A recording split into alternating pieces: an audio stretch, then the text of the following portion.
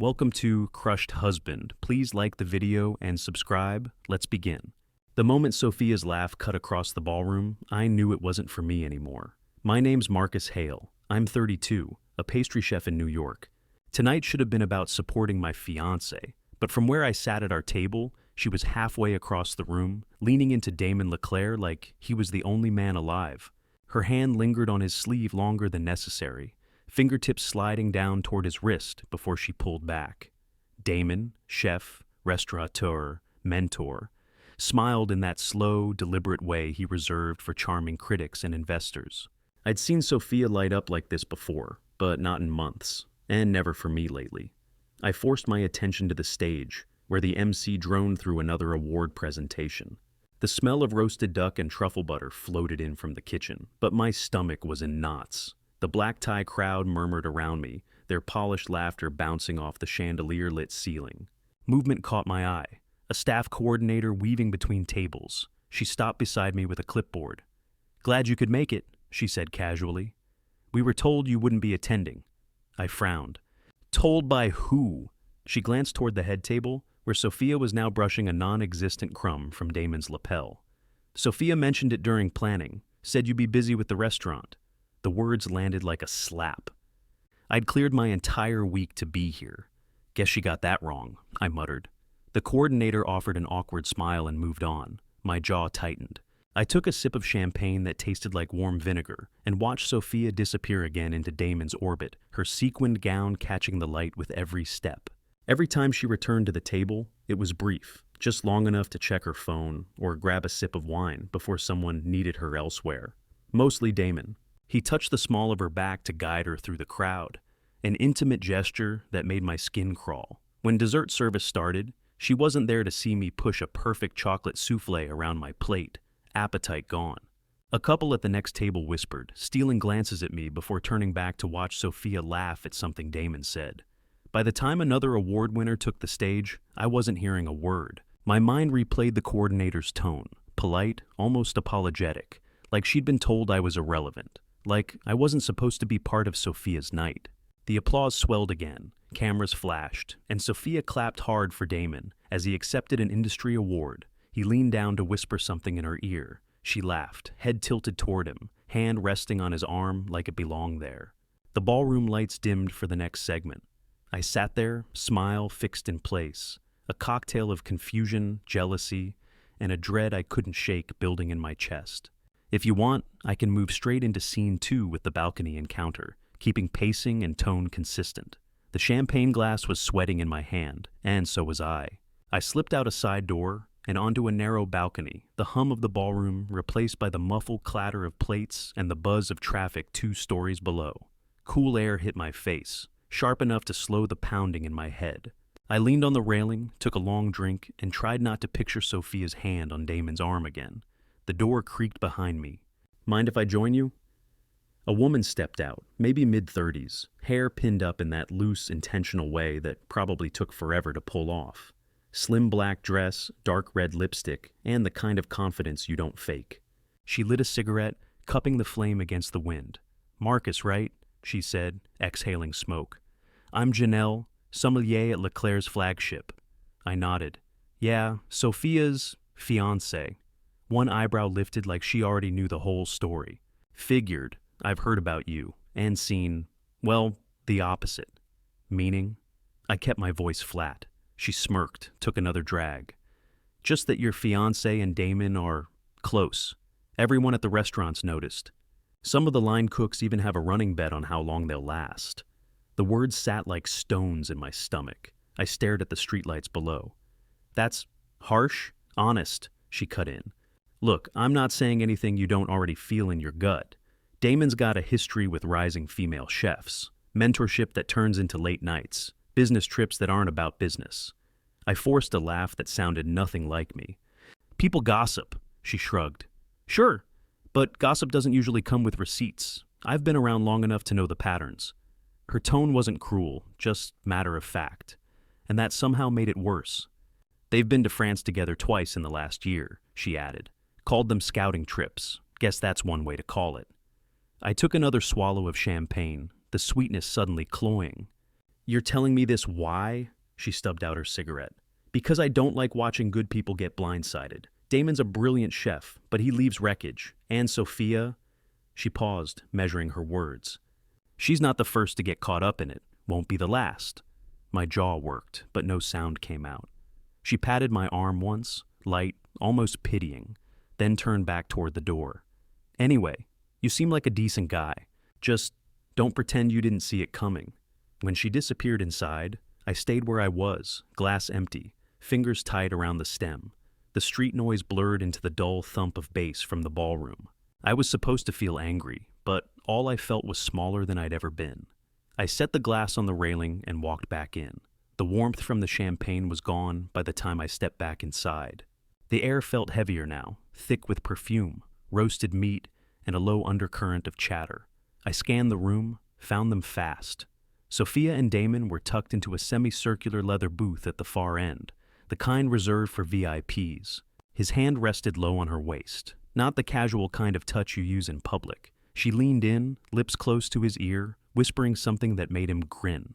I headed for our table, telling myself to just sit, ride out the rest of the night. Before I got there, someone slid into the empty chair beside me. "Hell of a night," the guy said, clapping me lightly on the shoulder.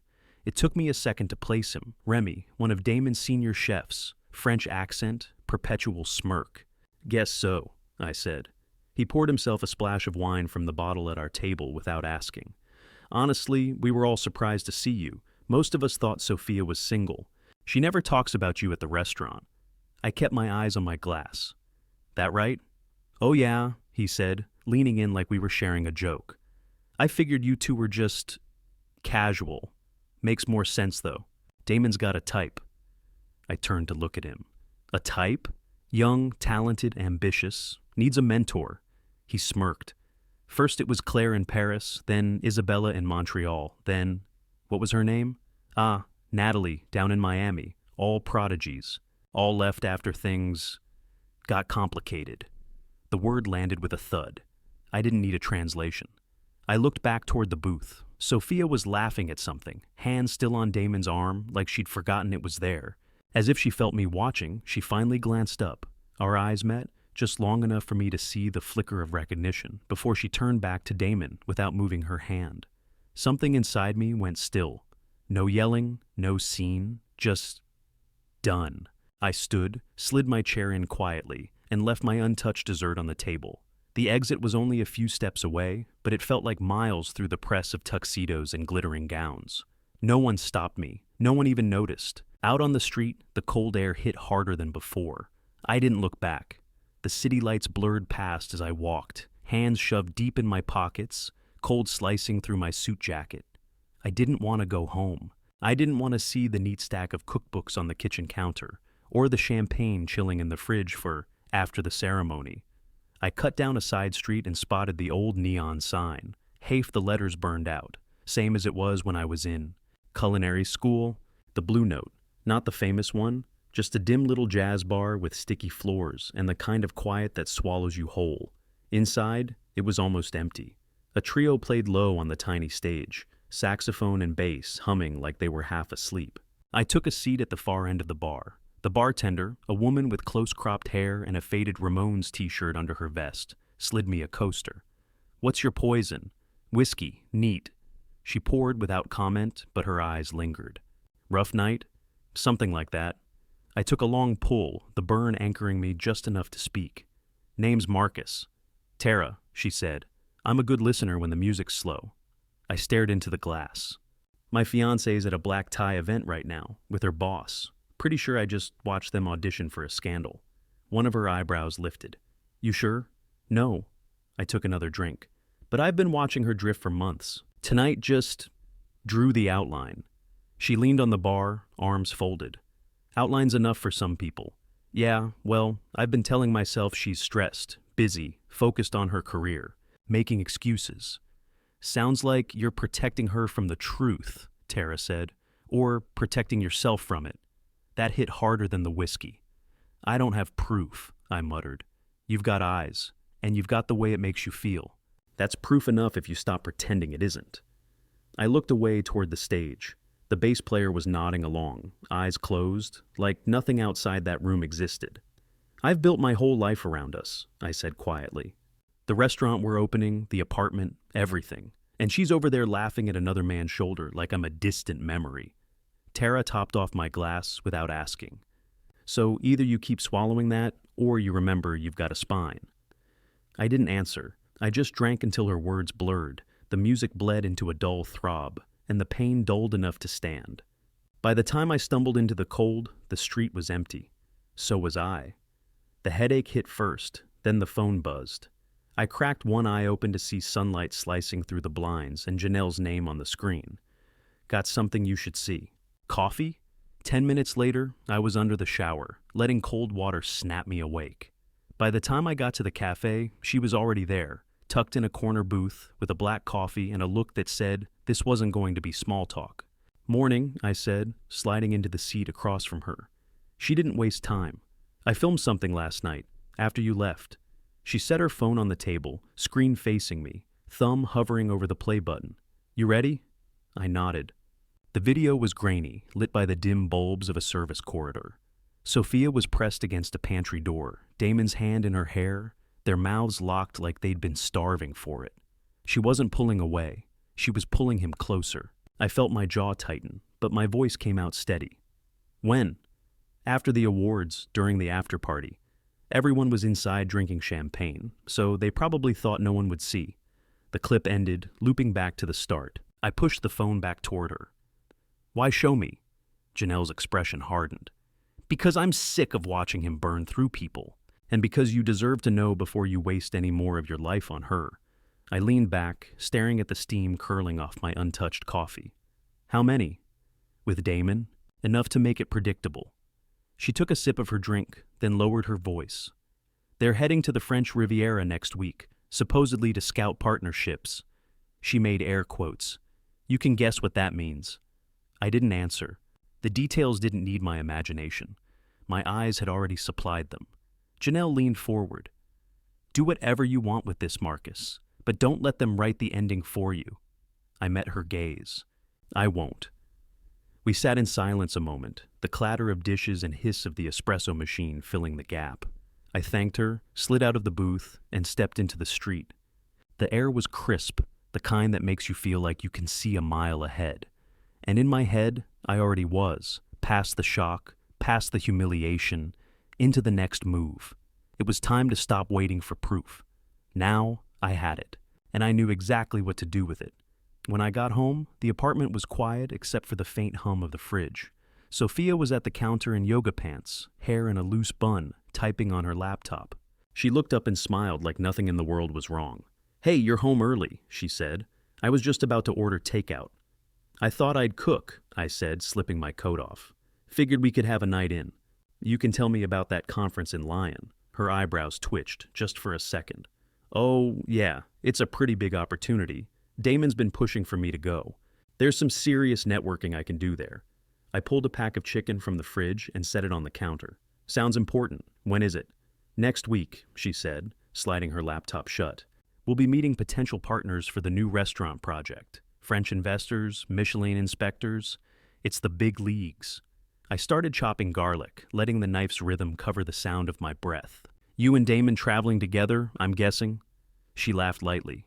"Well, yeah, he's the connection. I wouldn't even have this chance without his guidance." I looked up just long enough to give her a small smile. "You've always said he's been a mentor." Her shoulders relaxed. "Exactly. I know people talk, but it's nothing like that. This is strictly business." I slid the garlic into the pan and listened to it sizzle. "I believe you." She came around the counter, kissed my cheek, and poured herself a glass of wine. "You're being really supportive about this. I was nervous to bring it up." "I want what's best for you," I said, turning the chicken. "If this is what you need to do, you should go." By the time we sat down to eat, she was talking in animated bursts, hotel arrangements, tasting menus in Lyon, maybe tacking on a couple of days for culinary inspiration.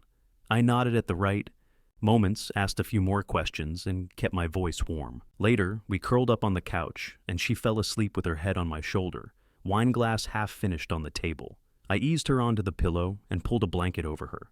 In the bedroom, I opened my laptop, dimmed the screen, and started searching flights to France. I found one that landed in Nice 2 days before hers. One click, payment confirmed. She dreamed on in the next room, thinking I believed every word. The air in Nice smelled like salt and citrus. I checked into a small hotel 2 blocks from the waterfront, the kind of place where the receptionist barely looked up from her crossword. From my balcony, I could see the edge of Damon's rented villa, white stucco, blue shutters, a pool that caught the sunlight like glass.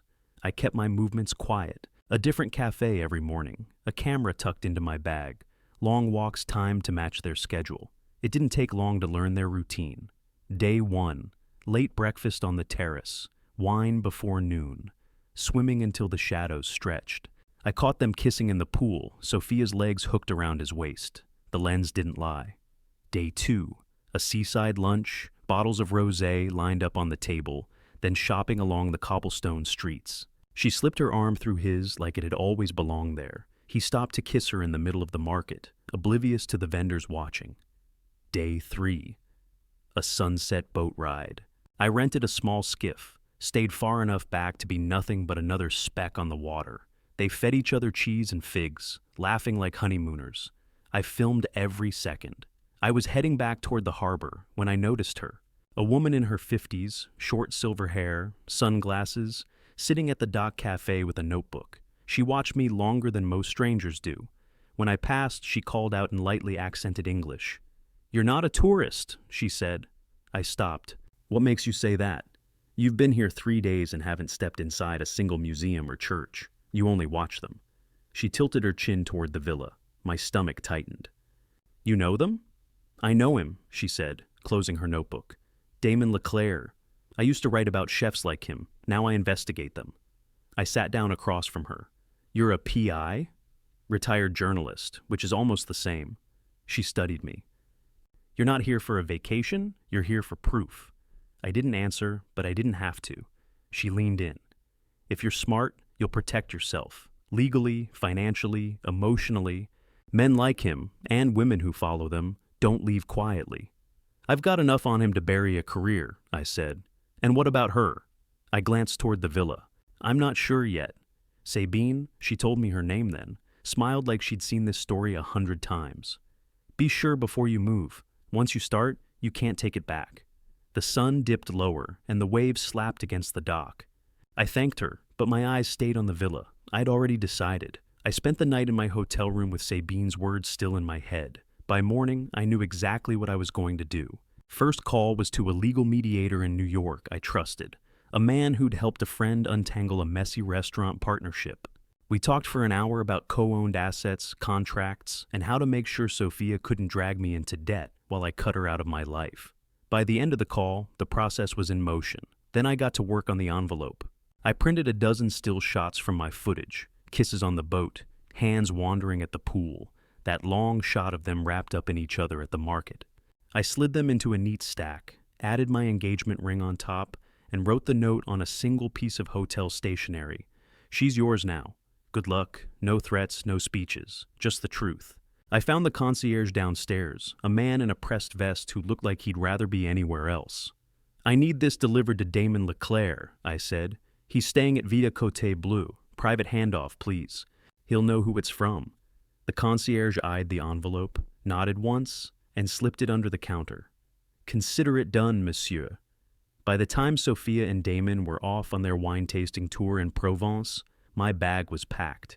I checked out of the hotel, took a cab to the airport, and boarded the first flight home.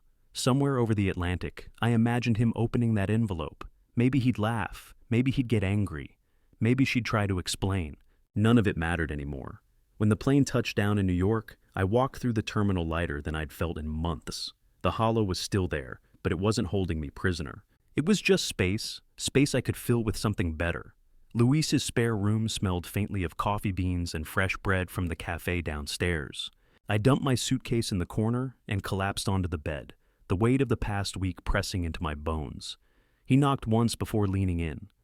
"You want food or whiskey?" "Both," I said. Over dinner, I told him the whole thing. France, the photos, the envelope. He didn't interrupt, just kept my glass full. When I finished, he leaned back and let out a low whistle. "Guess she saved you a few years of your life." The next morning, I started making calls. Lawyers, the bank, the contractor we'd lined up for the bistro. Every conversation felt like cutting another rope. We shut down the joint account. Put the property purchase on hold. I signed papers that would keep her hands out of my share of the investment. It was exhausting, but with every signature, I could breathe a little easier. Sophia's first text came 3 days later. "We need to talk." I ignored it. Then, "I know you saw something." Another, "Please just call me." I deleted them all without opening the thread. A month slid by, the chill of early spring warming into something softer. One afternoon, I was helping Luis unload a flower delivery when a van pulled up. Out stepped a woman in a slate blue apron, her hair pulled into a loose braid, a clipboard in her hand. "Delivery for Luis Herrera," she said, smiling like she already knew the answer. Luis pointed at me. "That's him." I raised an eyebrow. "I'm not Luis." Her laugh was low and easy. "Guess I should read the invoice more carefully. I'm Anna.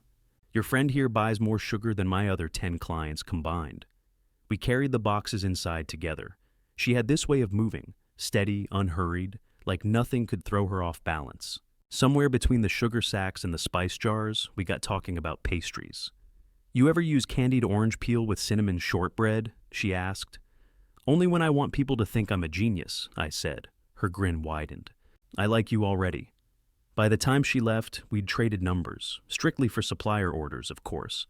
But that night, I caught myself scrolling back to her name, thumb hovering over the call button. I didn't press it, not yet. But for the first time in months, the idea of something new didn't feel like a threat. It felt like the start of a kitchen warming up after the oven's been cold too long. I was waiting for my cappuccino when I saw him, Damon, at a corner table. No Sophia. Instead, a brunette in a red dress leaned in close, laughing like they'd known each other forever. He noticed me first. His smile faltered, then he stood and walked over, hands in his pockets. "Marcus," he said quietly, "didn't expect to see you here." "Life's full of surprises," I said. He shifted his weight. "Look, I owe you an apology for everything." I shrugged. "You don't owe me anything. If anything, you did me a favor." His eyebrows drew together. "A favor?" "In a twisted way," I said, meeting his eyes. "You helped me get out of the wrong relationship before I wasted more years." For a moment, he didn't have a comeback. Then he nodded once, turned, and went back to his table. That evening, Anna came over with a box of fresh croissants. We ate them with bowls of tomato soup, laughing about how her delivery van's back door wouldn't stay shut. Somewhere between the jokes and the crumbs, we started sketching ideas for a seasonal pop-up bakery. Cinnamon orange tarts in winter, lemon chiffon in spring. Her phone buzzed, and while she checked it, mine lit up on the counter. A single message from Sophia. He left me. Guess I wasn't special after all. I picked it up, hit delete, and slid the phone face down.